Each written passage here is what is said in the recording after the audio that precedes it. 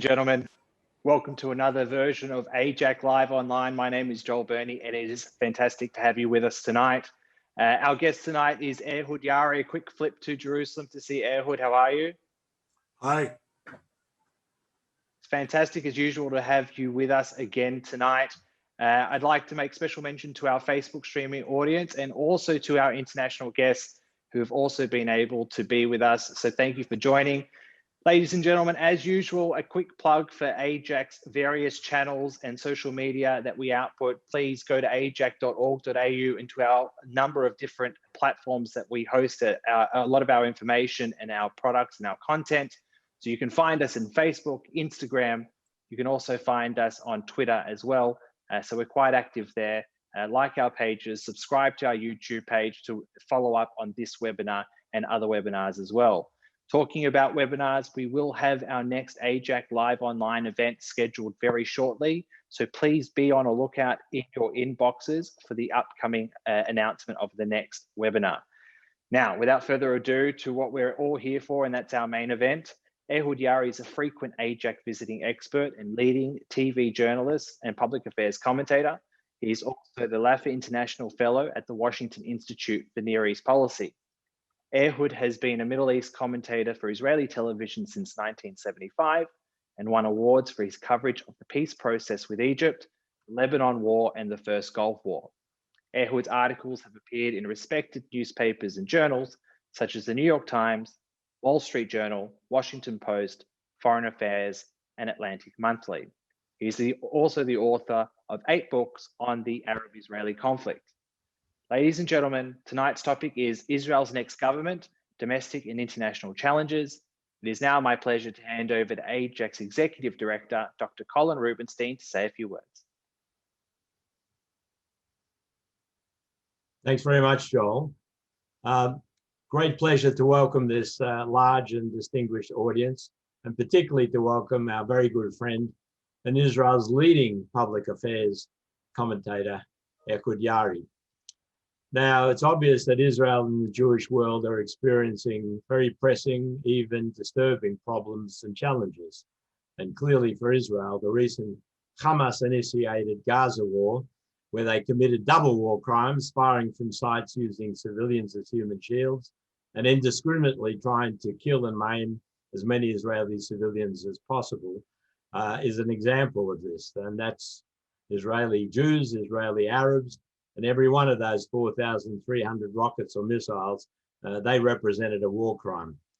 And of course, Israel exercised very legitimately its right to say and duty at self-defense, aiming to degrade Hamas's military infrastructure while minimizing civilian casualties to the greatest extent possible. We've seen, disappointingly, huge misrepresentation, falsehood, slander, ignorance, one-sided coverage, bias, and crude anti-Semitism, unfortunately, go to a new level. And we've seen problems not just of Israel hating all over the place, but a comeback in a way of the longest hatred, toxic anti-Semitism, globally.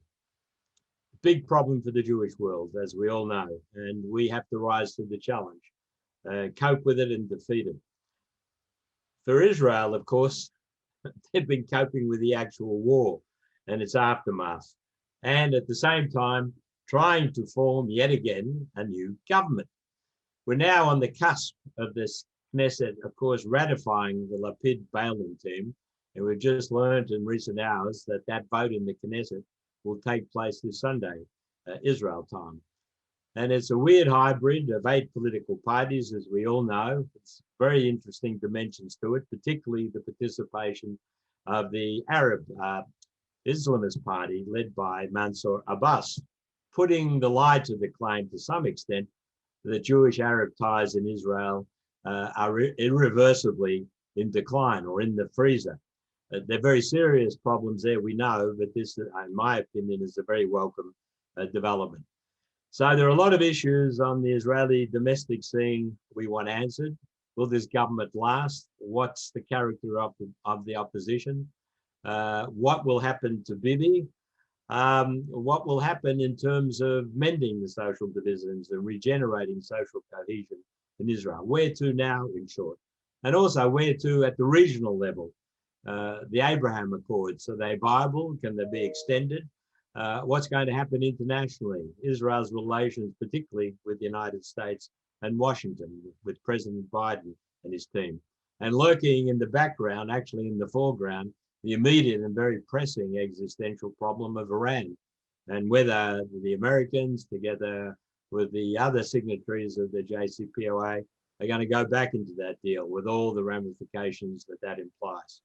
So to answer these and so many other questions, there is only one Ehud Yaari, and he's the one we've got tonight to lead us into the lightness and to clarify the situation for us and to answer these questions, and I'm sure many more. Ehud, the screen is yours. Welcome. Thank you, Colin. Good evening, everybody. I will try to draw a picture of a situation which is extremely murky and worrying. One, we are most probably, barring a last-minute rabbit coming out of Bibi's head, we are going to see a change of government by Sunday, as mentioned by Colin. They have the votes, but once the government is swearing in, the 8 parties, including the United Arab List, the Israeli Islamic movement, these 8 parties will lose the glue which binds them together now. And that is opposition, hatred, rejection of Bibi. This is indicated by the separate agreements to be signed between the different parties which are going to form this 61-strong coalition. What you have is a situation which is unprecedented. Not only we keep the system installed by Bibi and Gantz of alternate prime minister,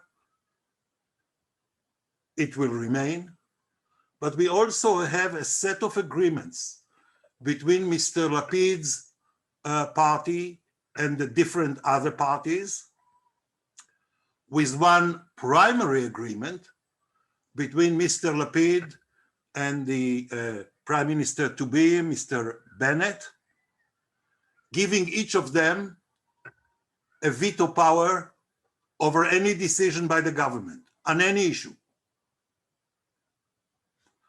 There are important, significant contradictions between the different agreements.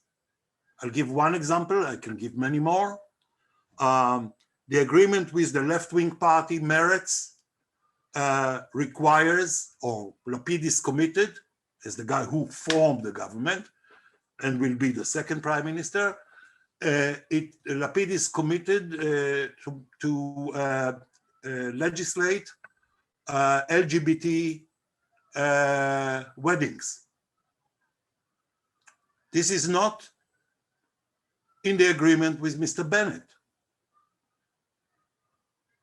whose party is mostly a national religious party.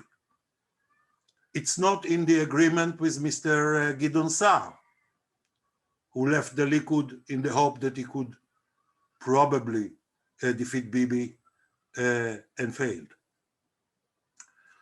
There are clauses in the agreement with the Arab List, which basically suspend any action against illegal building and construction, which call for suspension, if not cancellation, of fines already imposed by the courts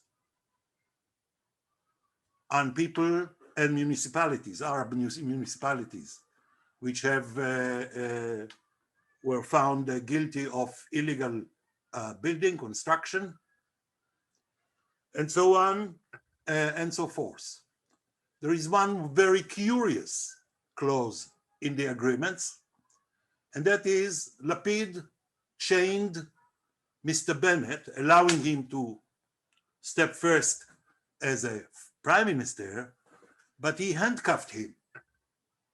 And there is a specific clause saying that Mr. Bennett cannot join any other coalition under whatever circumstances.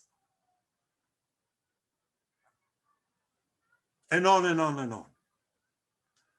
So it's a very, very complex puzzle full of contradictions in order to get to the point where Bibi is out of Balfour. When what his rivals are calling the monarchy is over. And the palace on Balfour Street in Jerusalem, 3 minutes from where I'm sitting now, is evacuated by Sarah and Bibi Netanyahu. There is some fear, I believe exaggerated, but it's in the air, that there may be violence involved, that it's not going to be entirely peaceful. And the reason is that we have seen Bibi fans who were not discouraged by the prime minister harassing different members of Knesset, especially from Bennett's party, trying to exercise pressure on them not to vote for the new government before it's sworn in. We have seen several cases in which children of members of Knesset were harassed in school or on the way to school. No physical violence, but bad harassment. We have seen demonstrations in front of the houses and the yards of different members of Knesset, and a lot of very ugly, violent talk on social media. The right wing has no monopoly over this. The left wing, through the demonstrations in front of the Prime Minister's residence on Balfour Street, and in many other ways, we're doing the same. No less serious. So you're afraid that what we are seeing here may become a clash of right-wing populism and left-wing populism.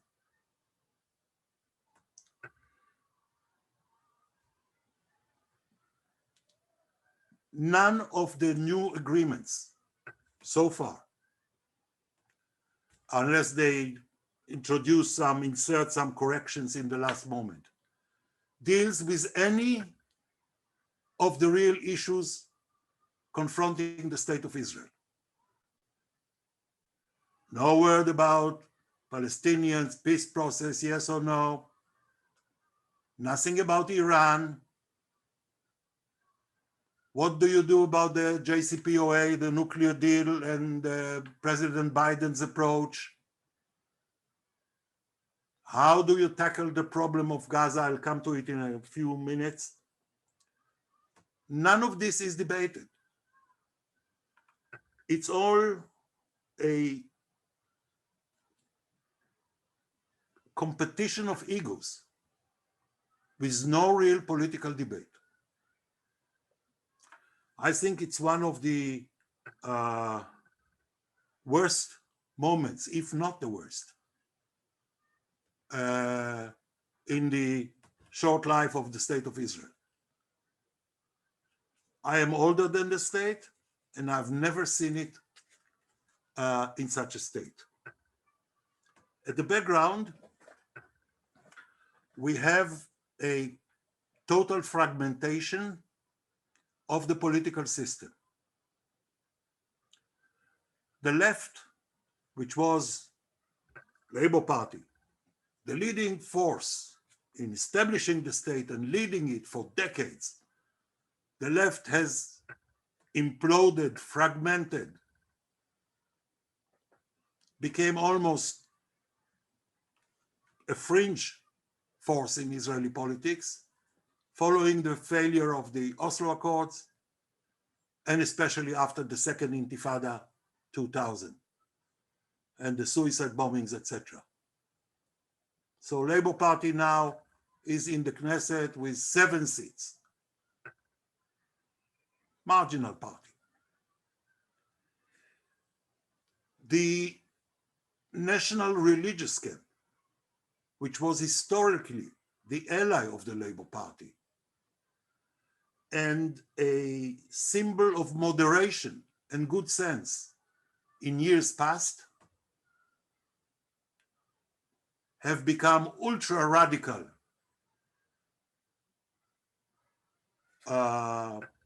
nationalist faction, which has disintegrated in itself into several camps. We can go into this if you want.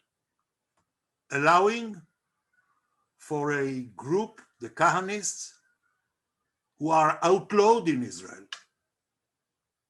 They were outlawed to be represented now in parliament by one very loud, very vocal fellow.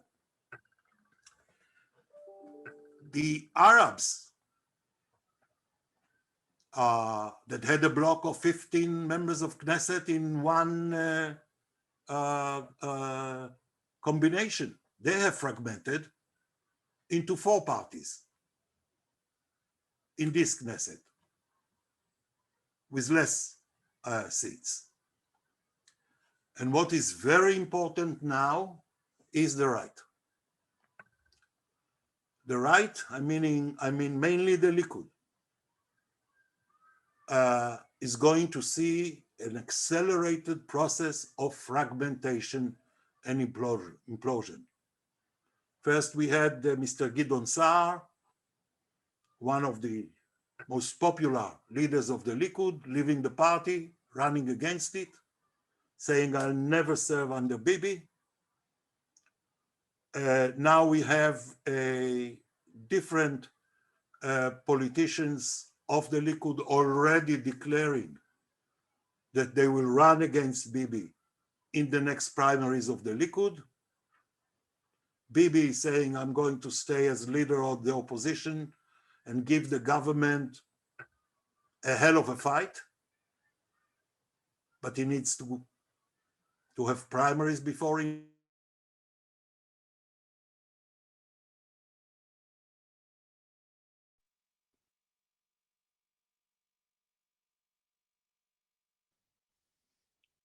Seems like we might have lost Ehud there. I'll see if I get him back. Stand by.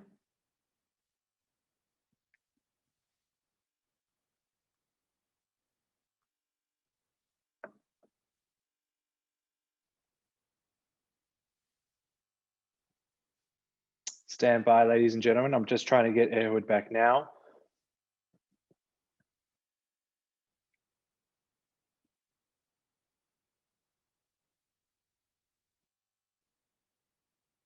Stand by.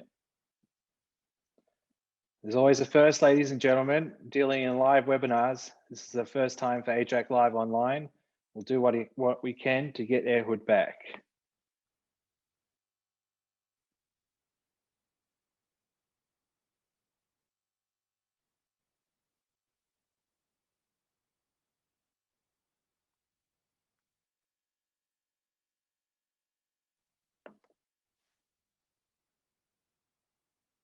So it will be a good opportunity now to introduce the Q&A once I get Ehud back.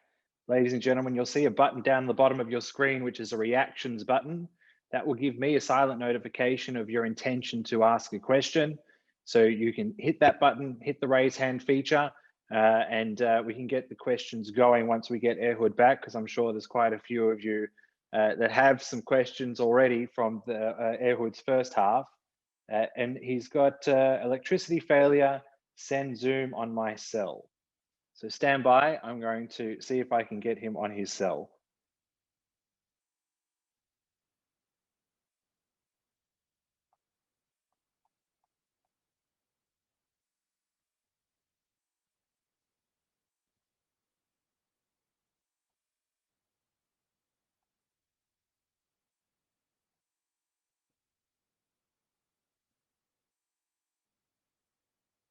Stand by.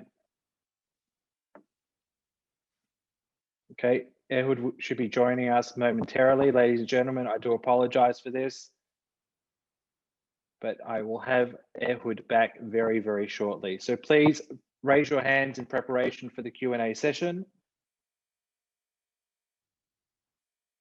And again, apologies there. It seems like there is an electricity failure where Ehud is, and he's going to try and use his mobile now. And here we go. Thank you very much for your patience, ladies and gentlemen.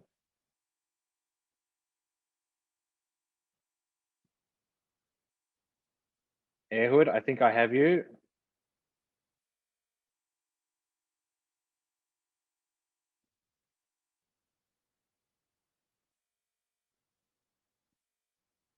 Okay, I'm just going to ask him to start his video.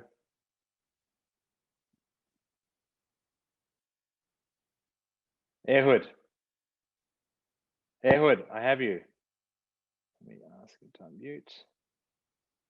Stand by, Ehud, you're still on mute. Can you unmute yourself?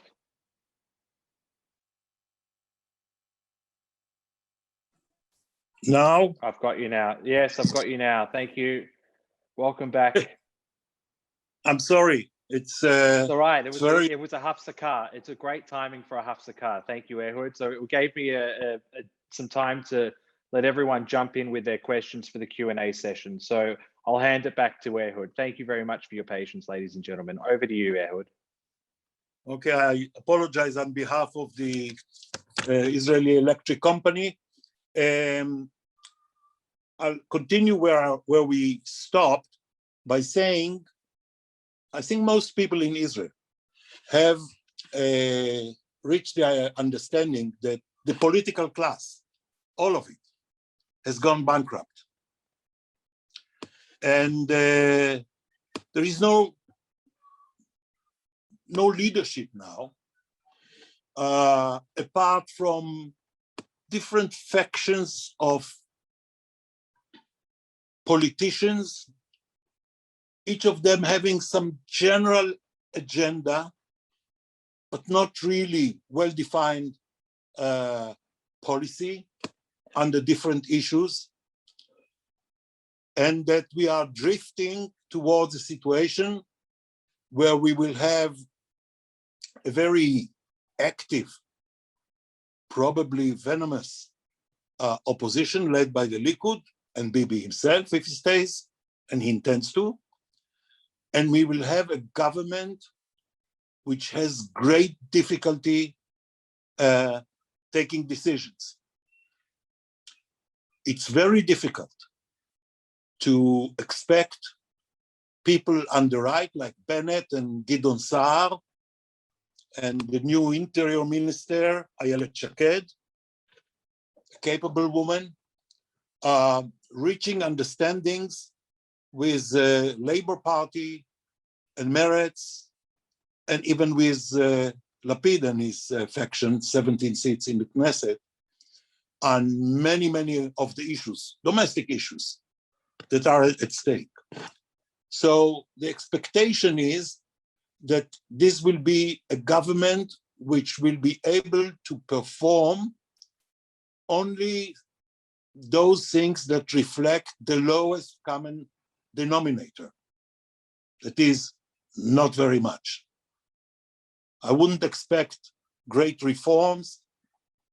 I wouldn't expect great moves on any front. One last paragraph on this, because I have to. In this new government, the government of change, the government of, they call it unity,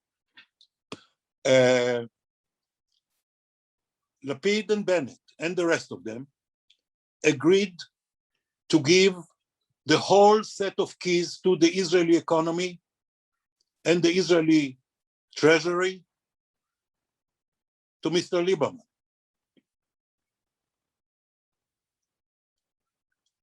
He will be Minister of the Treasury. The head of the Finance Committee of Parliament, which supervises the budgets, etc., will be his own man. He will have the ministry of agriculture and of the development of the Negev and the Galilee. Very big budgets. He will be the economic czar in Israel. Without going into too many details, I will tell you that many people, including people who are enthusiastic supporters of the new government, cannot swallow it.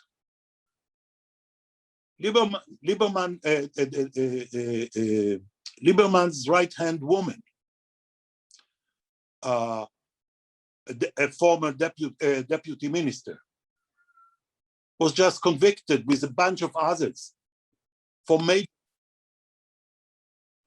bribery, etc. He himself was never indicted, although he was thoroughly investigated, because witnesses in Cyprus and other places where the bank accounts were disappeared or changed their testimony in the last moment. It's still unclear. The lady prosecutor, in this case, wrote a book called The Lieberman File. Unfortunately, it's not in English. It's a must read for anybody who wants to understand Mr. Lieberman. He was asked 3 days ago at the Bar Association conference in Eilat by a lady colleague of mine. She said to him, okay, you were not brought to trial for some reason, but can you explain how come there were millions of shekels in the account of your 21-year-old daughter, described as consultation fees?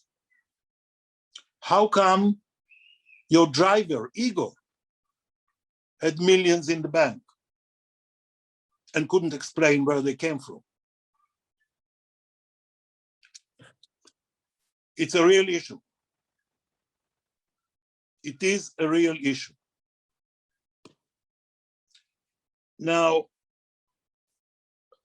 I'll say a few things quickly about the challenges to the government. Number one is Iran. At this point, the Iranians are racing, would be an exaggeration, but moving forward towards acquiring enough enriched uranium for the first bomb. They will never do anything before they have enough for 5 or 4 or more. And they need to test. At this moment, the negotiations in Vienna are slowing down because of the presidential elections in Iran on June 18, 10 days from now. The Iranians do not allow the IAEA supervisors to check on their installations. Cameras there are disconnected. They do not provide answers for a long list of questions that the IAEA has put forward.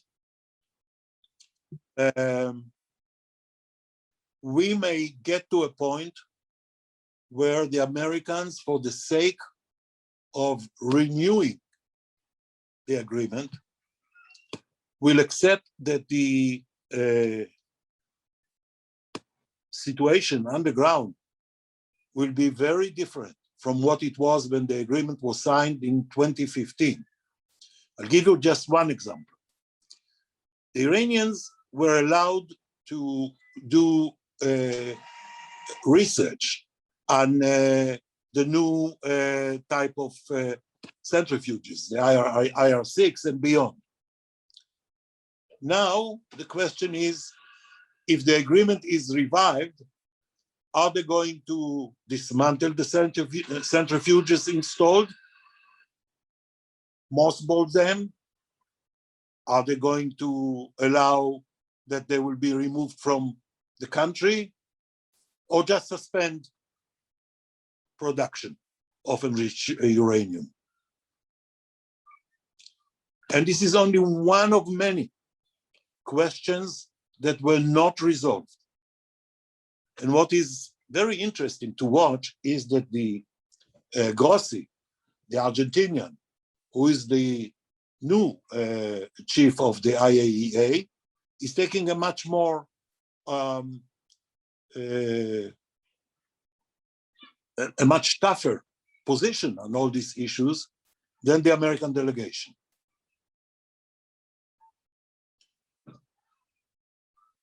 The Israeli government has to make clear its position. They were conducting under Bibi talks with the Americans. They don't see eye to eye. You need a government which, when the moment comes, can take a decision, whatever decision, and is not just running behind the events. Second point I think I'll make is about Hamas.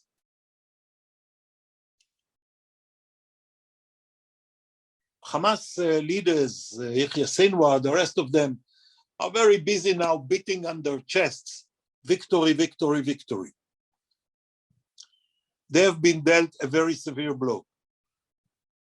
Basically, by lobbing those 6 missiles at Jerusalem, they have allowed the IDF to implement a plan that they had for the destruction of most of the Hamas military infrastructures, tunnels, workshops to assemble rockets,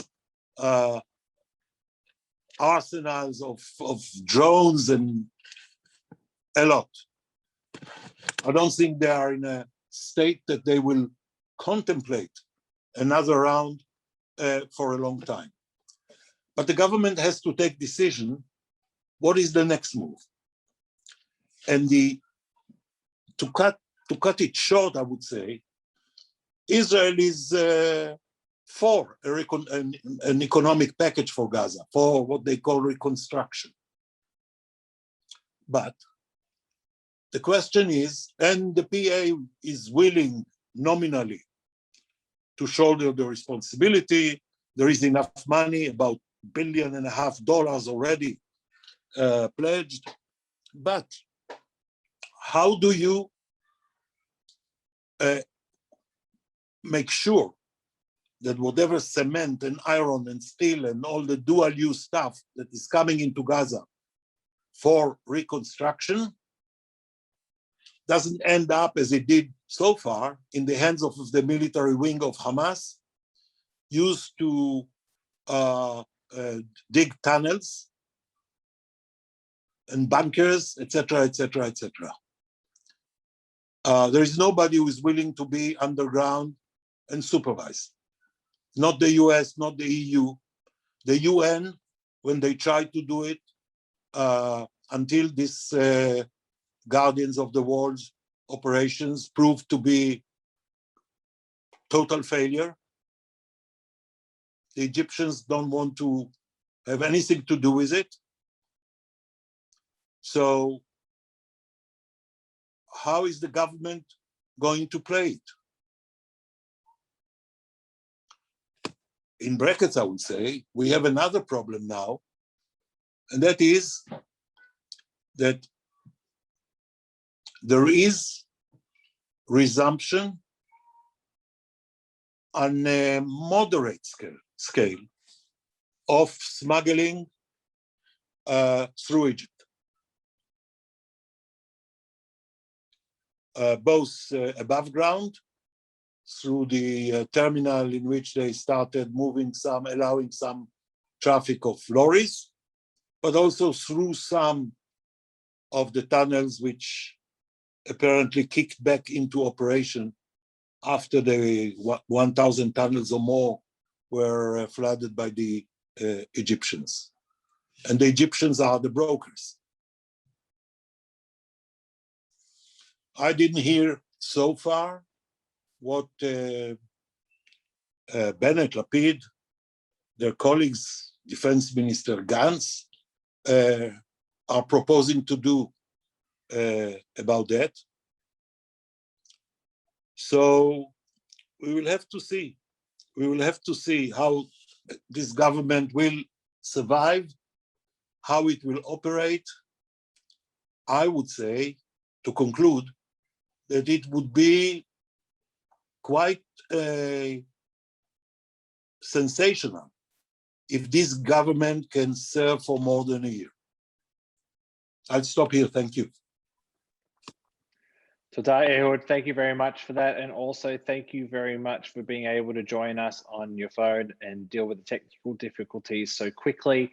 And I appreciate the patience of the audience. As I said before, reaction button down below, hit that, use the raise hand feature, send the notification to us that you would like to ask a question, because there's a lot to unpack there, ladies and gentlemen. So to kick us off, I'd now like to hand over to AIJAC's Dr. Zvi Fleischer. Thank you, Ehud, as always. It's wonderful to hear from you. Putting aside for a second the very difficulties this government's going to have agreeing on anything, could you give us a little bit, assuming they're going to take office, can you give us a little bit what you think Bennett would be like as Prime Minister of Israel? Is he going to be, how is he going to be different than Bibi? And also, as long as Lapid is supposed to be foreign minister, do you think Lapid has the makings of a good foreign minister, assuming the government can last and not fall apart in a heap in a very short period of time? Okay, Bennett, we may all congratulate him. Is coming from high tech. He had yesterday a new exit of a company that he was investing in. He's probably the second richest politician in Israel.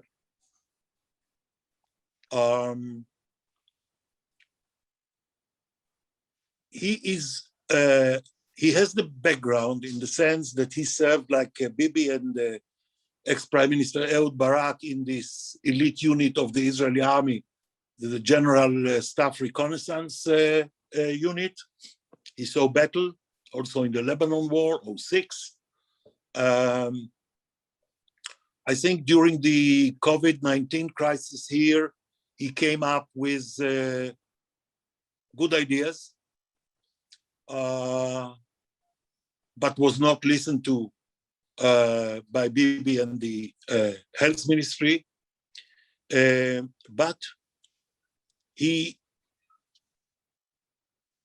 tends to change his mind and positions quite quickly. You don't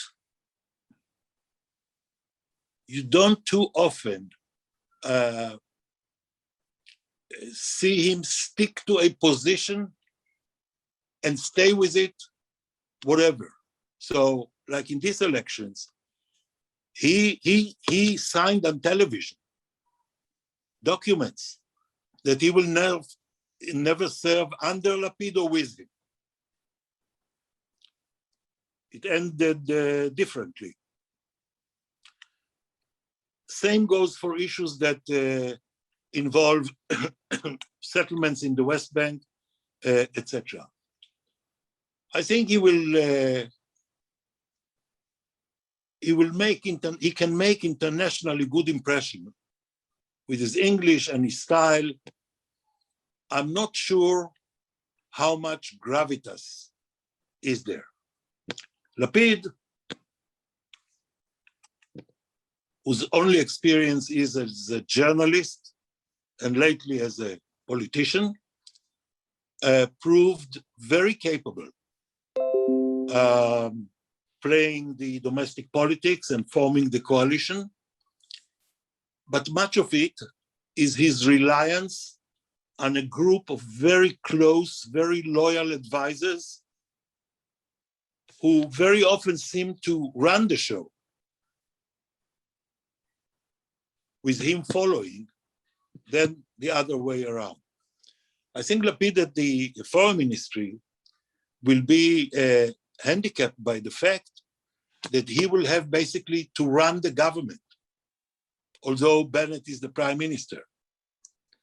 He will have to keep dealing with crises and controversies and issues that pop up in any other ministry.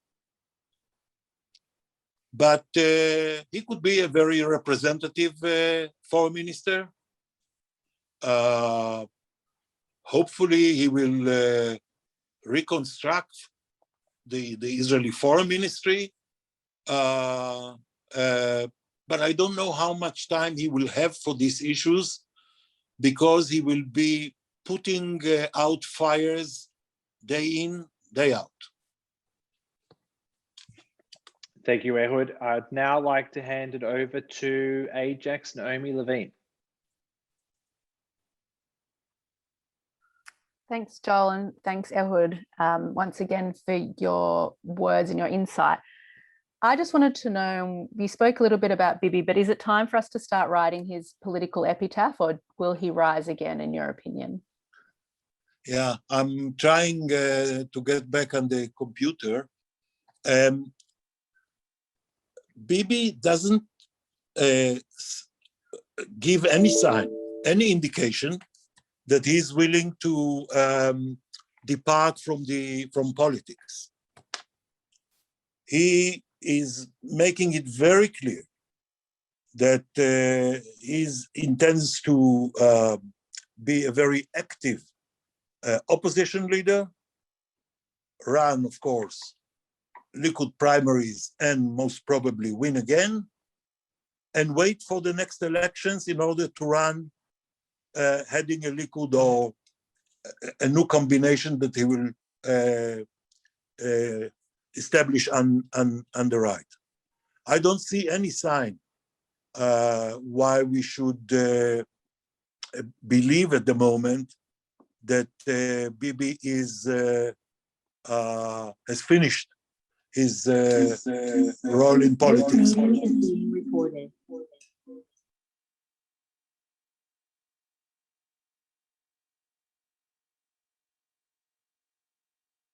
All right, can you spotlight Ehud's new connection, please?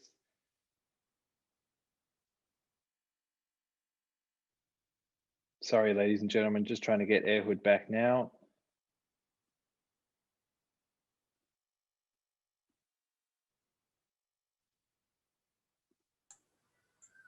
There we go, Ehud, we've got you on audio. Just turn on your video if you can.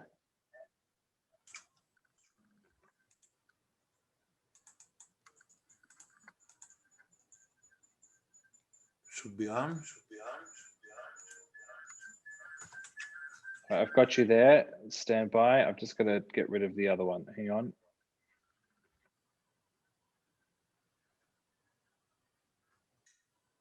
Okay, great. We've got you back, Ehud. Sorry. All right, next question. We'll go to AIJAC's Oved Lobel. Hi, thanks for doing this. Hi. So Naftali Bennett has claimed that the inclusion of the Ram party would not prevent the IDF from acting against Hamas if there's another round of fighting, but both of them are affiliated with the Muslim Brotherhood. And if there is another escalation, would the coalition survive another war with Hamas? I've been saying in Melbourne for years, that the Arab minority in Israel, about a fifth of the population, in many ways, was a model minority. And I'm still saying this in spite of the riots that we have seen in some of the mixed cities and the lynching cases, the burning down of hotels and restaurants, my favorite restaurant, Uri Buri in Acre, etc. This was led by mainly criminal gangs, armed. And in these societies, you never have a problem to get few hundred youngsters here, few hundred there, to do what they call in Arabic faza, to stone some shops and burn down some cars, etc. You always have a reservoir of youngsters on the margins of society, not integrated, don't have good jobs, etc., who are willing to do that. And it has subsided largely due to the intervention of Arab leaders, especially on the municipal level. Ra'am, the Unified Arab List, and Mr. Mansour Abbas, who became a household name in Israel, nobody knew him before, is the moderate wing of the Islamist movement in Israel. You have the northern branch, which is outlawed, which is through and through pro-Hamas, causing trouble in Al-Aqsa, in Jerusalem, anywhere they can, but they were outlawed. And to a great extent, they were paralyzed as a political force. And you have the southern wing, which is where Mansour Abbas comes from. One word of background. The southern wing's founder and leader, Sheikh Abdallah Nimr Darwish, he tried to establish a terrorist network in the old days, was arrested and sentenced. And since then, it's 3 decades, 4 decades or so, since then, this wing of the Islamist movement says, yes, we are Palestinians. Yes, we would like the Palestinians to have a state, etc., etc., etc. We are no lovers of Zion, but we are here to deal with the issues of the Arab population. And the only way to do it is by joining the government for the first time now. The only way we can serve our constituency is by being part of the government. And he has achieved a lot, first from Bibi, and now from Lapid and Bennett, in terms of providing for his constituency. For example, he's promised a budget of $500 million shekel, billion with a B, which will be spent according to his priorities only.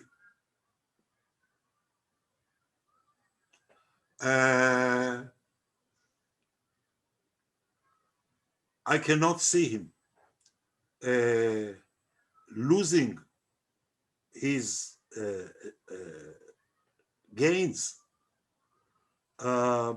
if there is a new round with Hamas. He will not vote with the government. He will abstain or be out of it or vote against. But he will play it very careful. He went into the government as part of a long-term strategy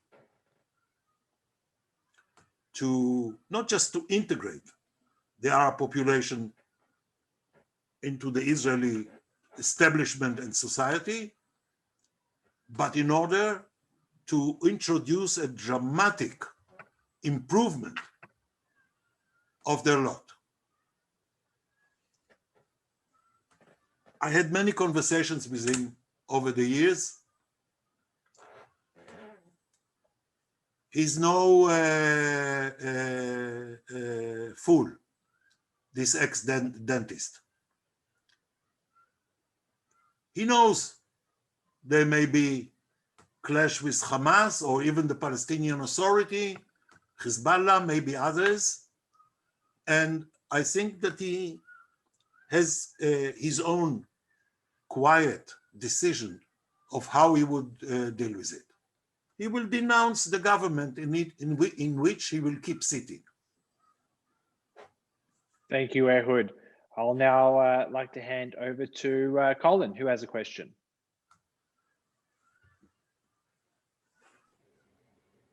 Thanks very much, Ehud. So let's get to the big picture. You've already referred to the Iran deal, and Bibi's already saying that, of course, a Bennett Lapid administration won't really be able to protect Israel on this crucial issue. The bigger question is, and you've alluded to this also, that the Americans might be caving in to the superior Iranian negotiating strategy and giving them a good deal and putting Israel at risk. So, general question, really, how's the Biden administration doing with regard to Israel? Firstly, in the recent war, did it have Israel's back, as it seemed to some extent? Secondly, in terms of encouraging or even discouraging the viability and perhaps even the expansion of the Abraham Accords, a term that is used very sparingly, it seemed, by the Biden administration. What's the future in terms of Bennett led government and its relationship with the Biden administration? Yeah, with your permission, I'll just say one word about Bibi. I mean, there's no doubt Bibi had a doctrine, has a vision, very skillful player on the international scene.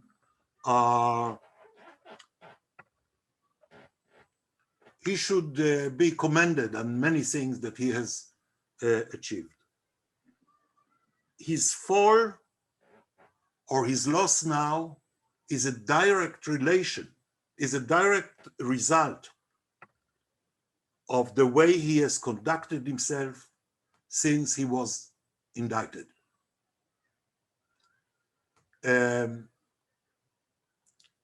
These attacks on the judicial system, which probably needs some reform, and the police, incitement against the left. A left-wing government, he says, is treason. They will not be able to protect the IDF.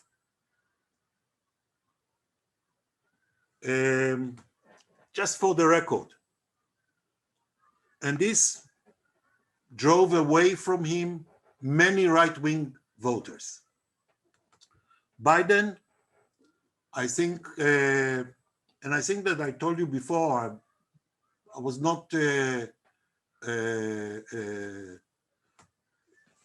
concerned about Biden seeing the people around him. Biden gave the IDF the time needed to accomplish the plan to destroy Hamas infrastructure in Gaza. He gave us 10 days. We couldn't achieve much more from the air. He protected us in the Security Council.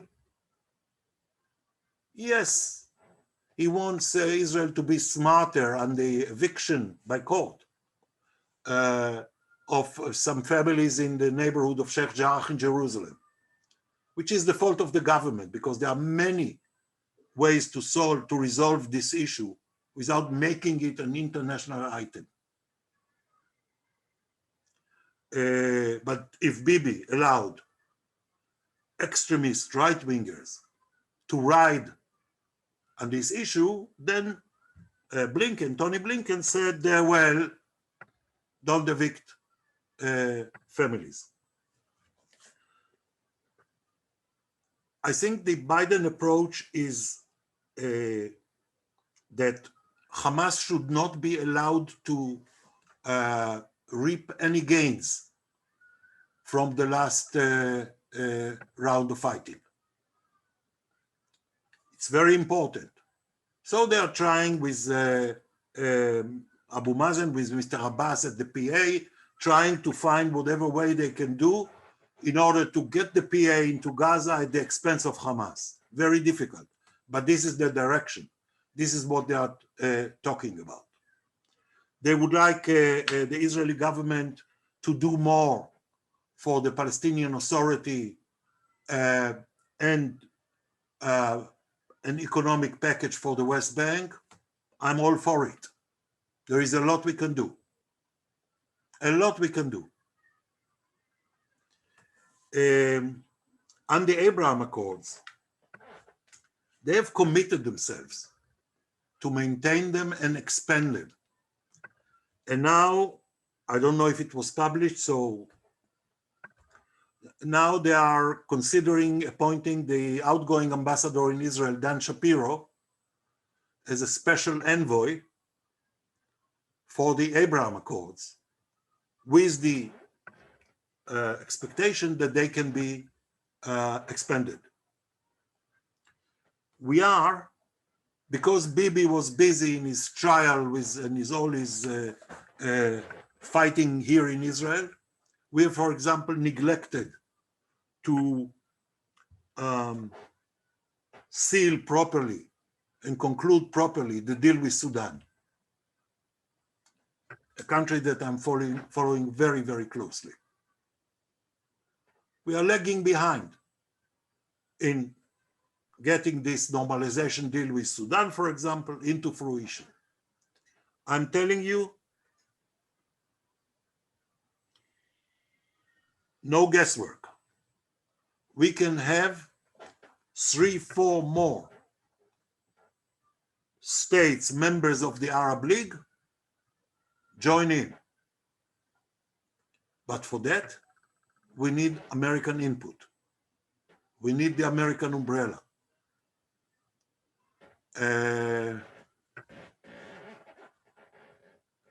I think it's possible. The question remains, how will the new government in Israel react to a resumption of the JCPOA on terms which are rejected by everybody I know in Israel, except some on the left.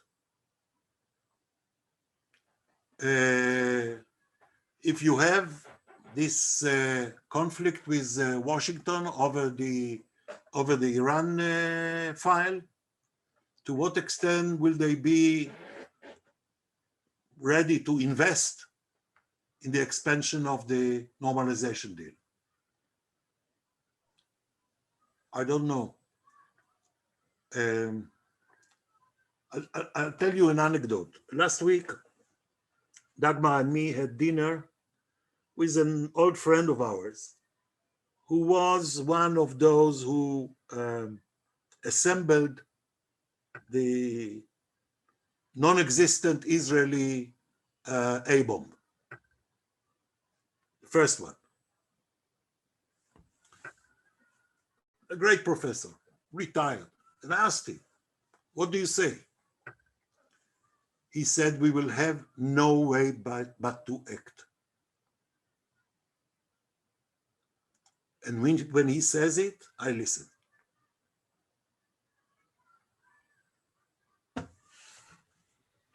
Thank you, Ehud. Now we're just coming to the towards the end of our webinar. We'll have a few extra questions here. I'll now hand over to Dr. Ran Porat. If you can start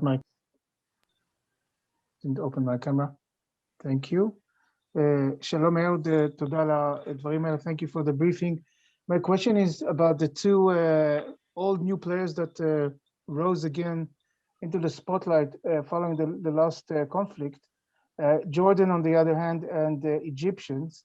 Can you talk about the role of each one of them, and specifically the role of the Jordanians in Jerusalem and the Egyptians vis-a-vis Gaza? With Jordan, Bibi has managed to get to a point where he couldn't speak to the king for years. The king wouldn't speak to him because he felt that Bibi was letting him down on many issues. For example, the Jordanians are stuck on the idea of the Red Dead pipeline from water from the Red Sea to the Dead Sea, desalination, electricity, etc. Every expert in Israel says it's not economic. There are better ways to provide Jordan with the water and the electricity. So there is a great degree of sourness in the relations between the palace and the outgoing Israeli prime minister. There is a lot of anti-Israeli agitation in the Jordanian street. And I hope that the new government will see fit to mend fences with the Jordanians, and the Americans can help here. It's important. Unfortunately, Jordan has lost its clout in Jerusalem, in the Al-Aqsa Mosque.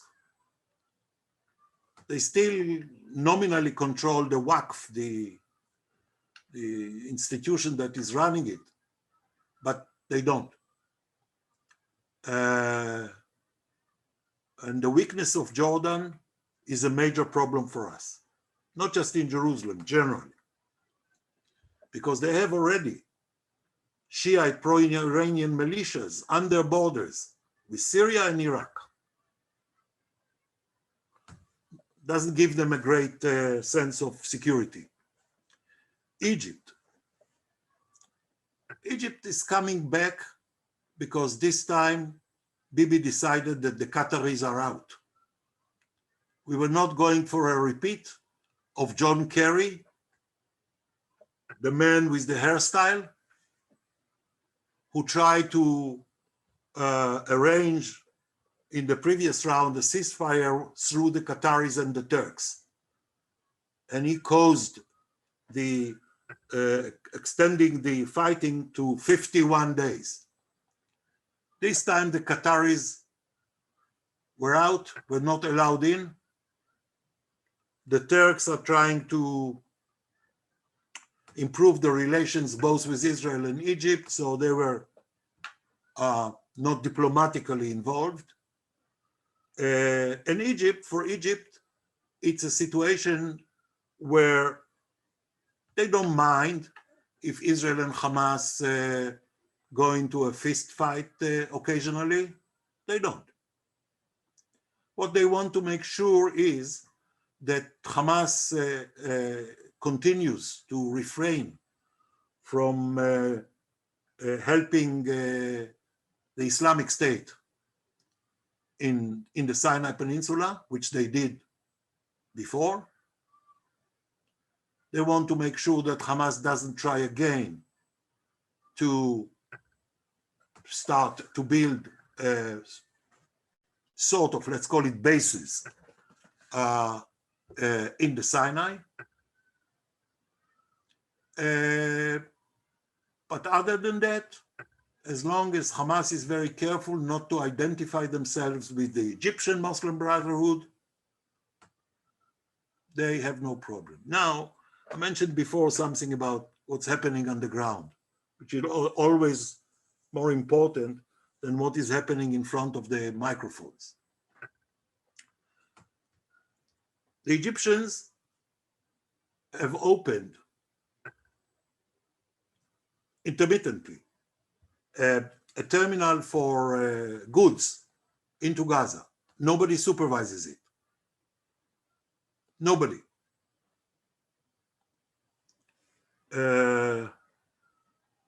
What coming in, who is sending, who is acquiring the stuff?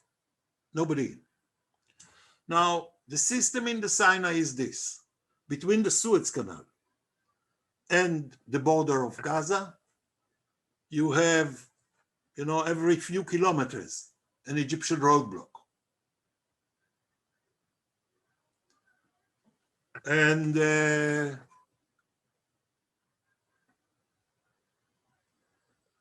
how to put it mildly, it's not very difficult to buy the consent of the officers along the route to let somebody go with whatever stuff he carries in his lorry. That's the way it works. So we had a good control of Gaza, a good ring around Gaza, preventing Iranian stuff from coming in, etc. Now, because of Egypt, it's less secure. Again, you will need the Americans to speak to President Sisi.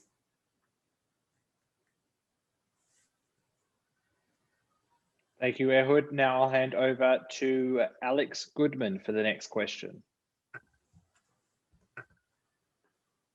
Hi, Ehud. Toda rabah. Ehud, you're a journalism expert, and we saw papers like the New York Times absolutely vicious towards Israel during this conflict. And in fact, I would say, you might agree or not, fueling anti-Semitism. Wasn't the only newspaper that was doing it. My question is, Israel has in the past had a media strategy. It seemed to have no media strategy during this conflict.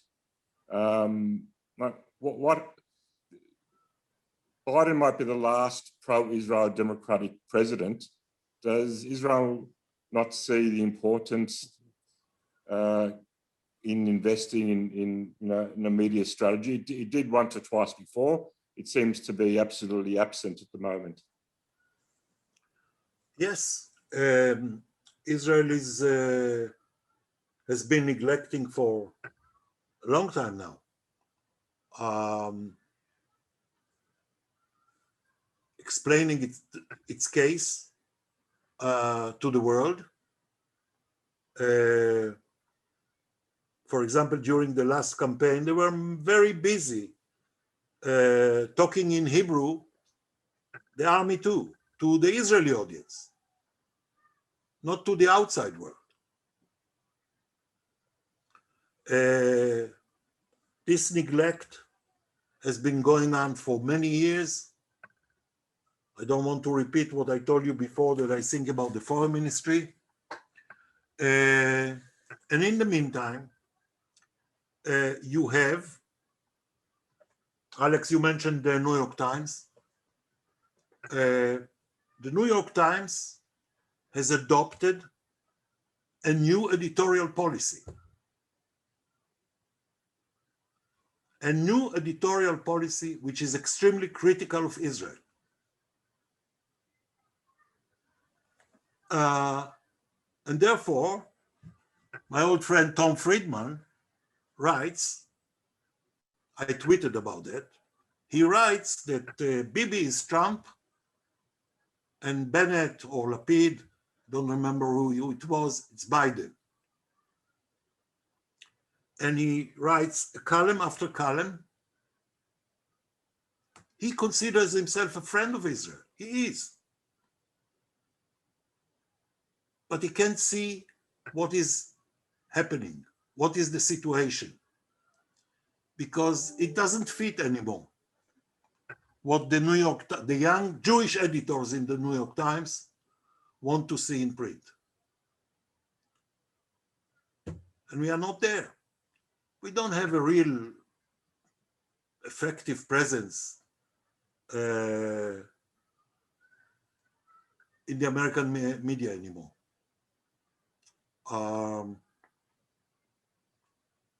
You have to read Wall Street Journal. That's what I do. But this is, of course, a major task for the new or the next Israeli government, how to rebuild, to restructure the way you explain your difficulties, your case, your hard choices to the world.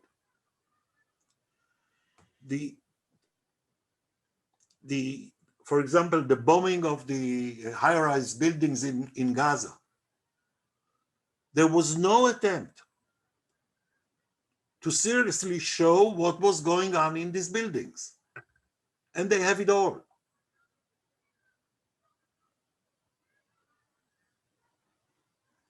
It's a pity. Thank you, Ehud. Now, ladies and gentlemen, I'll before I hand over to Jeremy Jones for the final question, I'll hand over to Aaron Shapiro. Hi, Ehud. My question is about the smear that's been gaining traction in social media that Israel practices apartheid. What do you say when people come to you with that sort of accusation? And in any case, what do you think in light of the fact that Israel is, for example, is including the Islamist Ram Party in the new government in some way? Do facts even matter anymore? And how do you, as a journalist, do you combat that?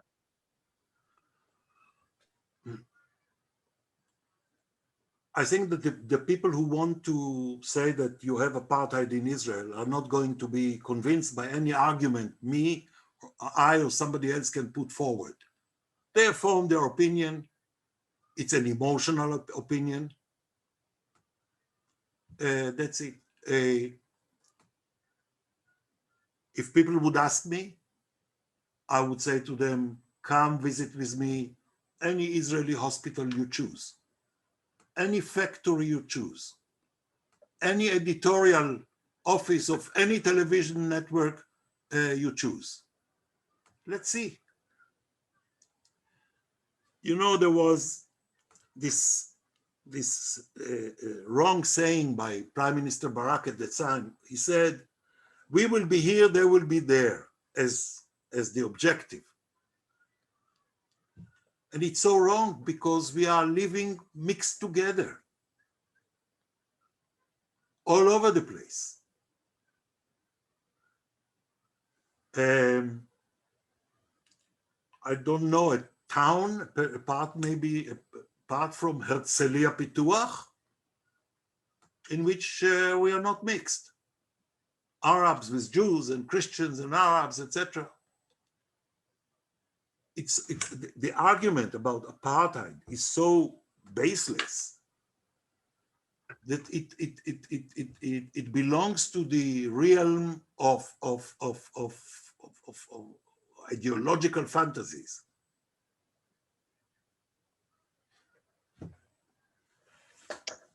Thank you, Ehud. And now, on that note, I'll hand over to AIJAC's Jeremy Jones for the final question for this evening. Thank you very much, Ehud. Now, we've had 4 elections. A government's been formed with 8 parties. Divisions seem to remain. And questions that are asked often here are, is it a question of the Israeli political system, the electoral system, that is going to produce this sort of outcome? Or is it just that the electoral system accurately represents the divides within Israeli society? If it's the former, is there a prospect of reform? If it's the latter, is there a prospect for change? I think that the Israeli society is very diversified. I'm personally proud of it. There are many shades and political colors and in the mix. In the past, it was possible for the leading parties to reflect this kaleidoscopic nature of the Israeli society. A big party like Labor, a big party like Likud under Begin, under Yitzhak Shamir, then Kadima under Sharon. They were big parties with a good number of seats in the Knesset that could lead the country. What you have now is that the last party who was able to do it, the Likud, is losing this capability because of the big debate over the personality and the conduct of Bibi and his family. So the Likud lost, and many people in the Likud realize it. They lost the ability to remain a colorful party. And Labor has cornered itself to the extreme left, where others are playing for very limited segments of the electorate. Theoretically, Lapid, and maybe other people who will join in later, like the ex-chief of staff Eisenkot, will be able to recreate a big party that can shoulder the weight of running a coalition confidently.